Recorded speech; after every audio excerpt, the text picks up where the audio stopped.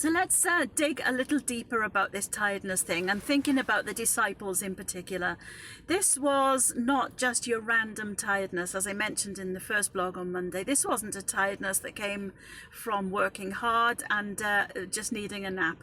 This was a tiredness that was probably closely linked with depression. Have you noticed that tiredness and depression go together? Whether we are depressed and can't quite sleep, or whether we are depressed and sleep a lot, there is a really close link when we suffer the blues or suffer those times of feeling really down. So maybe they were feeling down, maybe they were feeling confused. I think I mentioned that on Monday as well. It was a time of great uncertainty. Maybe they were exhausted because they were out of routine. They for 3.5 years had been with Jesus and followed Jesus. They had plans and schedules, places they needed to be, people they needed to see and help, and whose lives needed changing and transforming. And so they would have had a busy workload, and then everything began to change as Jesus announced his death. So there was a change of work priorities and a shift in their usual patterns, and that can be exhausting. And there is a tiredness that comes when there's no work.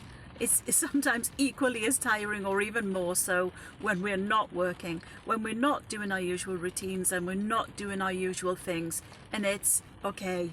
It's okay.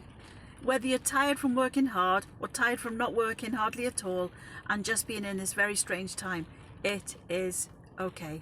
Here also, Jesus was talking about his own life and death. And in COVID times, we are facing life and death situations, and that can make us feel exhausted and weary and tired and thoughtful, and those sort of things can catch up with us. Maybe they were asleep in the garden because they were just overwhelmed with that life and death situation that they were observing in the life of Jesus. There are different types of tiredness that come upon us in life at different times, and I think there is a specific thing called COVID tiredness, and it's okay. You have permission to be tired in this season.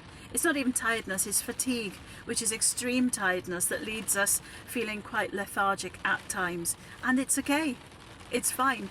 This season will one day pass. We're going to look back at this time and wonder how we even made it through, but we will make it through, and we will have renewed energy and renewed strength one of these days. But for now, when we're feeling so exhausted, it is absolutely fine to say that, to experience that, to face it, to talk about it, to deal with it, to bring it to the light, and to realize that we are not ever, ever alone. So have a great day, everyone. Try and rest. Try and replenish your soul. Jesus says in Matthew chapter 11, "Come unto me, all of you who are weary and heavy laden, and I will give rest for your souls."